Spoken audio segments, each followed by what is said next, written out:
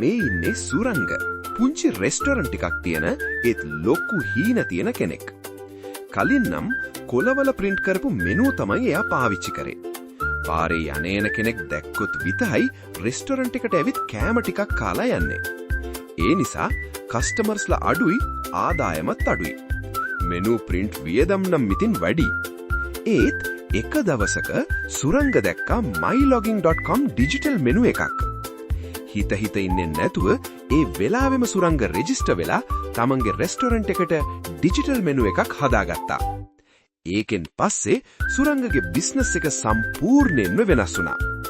mylogin.com එකේ නොමිලේම ලැබෙන ප්‍රචාරය නිසා දැන් රෙස්ටොරන්ට් එක හොයාගෙනම කට්ටිය එනවා. සමහරු ඔන්ලයින් ඕඩර්ස් දානවා. වැඩිපුර කෑම හදලා ෂෝකේස් වල දාගෙන මුදල් නාස්ති කරන්නේ දැන් අවශ්‍ය නැහැ. මෙනු එකේ තියෙන හැම කෑමක්ම ඩිජිටල් මෙනු බෝඩ් එකෙන් ලස්සනටම යන අයක පෙන්නනවා. ඩිජිටල් මෙනු බෝඩ් එකත් නොමිලේම හදාගන්න පුරුවන් නිසා රෙස්ටොරන්ට් එක ඉස්සරහා කෑම වර්ග ඩිස්ප්ලේ කරලා තියෙනවා. මෙනු print වියදම් දැන් ඒවා නැහැ. වියදම් අඩුයි, ඕඩර්ස් වැඩි. ආදායමත් එන්නෙන්නම වැඩි වෙලා.